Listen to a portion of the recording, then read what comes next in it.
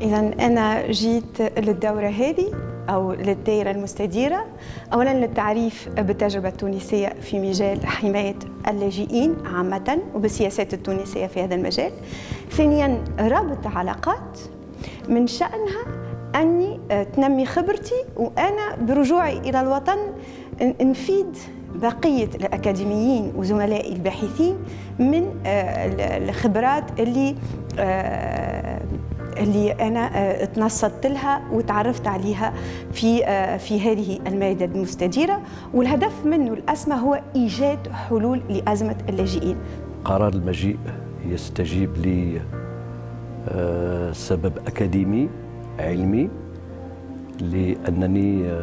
أهتم بالتدريس والبحث في مجال قضايا اللاجئين. It's always interesting to see other perspectives and also to discuss the challenges that we all face in the region. Not only the challenges that the region faces in terms of refugees, but also the ones that we face as academics working in this field. And the reason I attended this meeting is because we're talking to UNHCR and WANA about how do we use research and publishing as a platform for dialogue and in order to affect change.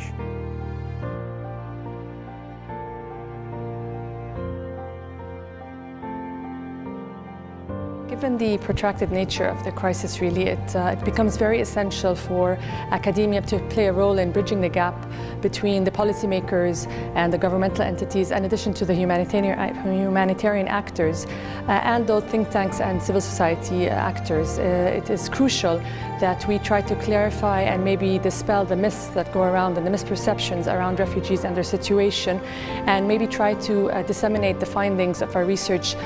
more effectively in order to give a clear image of the situation at hand. It's important to bring this knowledge to our students. It's important also in the second phase, after we educate our students on the work of the United Nations High Commission for Refugees, to bring them also opportunity to work together with the UNHCR in the field. Main takeaways today from the roundtable discussion has been an insight into how UNHCR has been able, or they've managed to create a community of practice across academics. Academics who are not only in Jordan, but across the region, who are not only interested in making a difference in the lives of refugees, but are thinking creatively of how they could mobilize action within their own institutions to actually move the agenda forward for the protection of refugees, whether it's in their countries or in the wider region. A lot of the discussions resonated with some of the reflections we've been having on producing interdisciplinary research, but also bridging the gap between academia and policy. And there was a lot of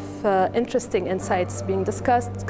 starting from conception of research, but also with the dissemination, and mostly on the topic of creating partnerships with academia and UN agencies, but also beyond, in order to reach a higher policy impact.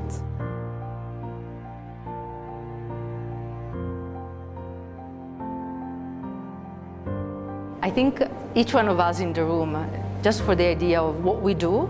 and how we talk about the need, we are making a stand towards a solution. So identifying which are the root causes and making sure that our programming, and this is what I am really interested in, is based on the evidence of the needs of the people and make sure that respond to the needs of the people. And as we're saying, refugees, host communities, also the government, in try to ensure the safety and protection for all of concern and in their current territory. As an anthropologist, I spend most of my time speaking with refugees in the field, so to speak, in camps or other places. And in those situations, it is sometimes the case that the refugees see UNHCR and other institutions as the barriers for them to move forward or out of a situation, because they don't have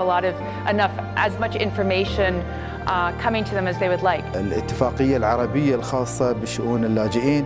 هذه المنظومة وهذه المظلة التشريعية تجعل من إطار العمل العربي ذا بعد إنساني ويحمي اللاجئ بغض النظر ما هي جنسيته، ما هو جنسه، ما هو الأسباب التي أدت إلى وضعه كلاجئ. The Middle East and North Africa region is one which is unfortunately riddled with conflict and as a result a great deal of displacement. However, it's also a region that has enormous potential and where there is so much bubbling under the surface that can be built on and supported and used as a platform for positive contribution to addressing the multiple crises we face and also to preventing further crises from erupting and from the current situation deteriorating further. So I think there is huge potential among the group of participants here and the academic institutions, the think tanks, the policy research institutes, the professors and the students to really make a big difference and to change the lives of refugees and host communities for the better.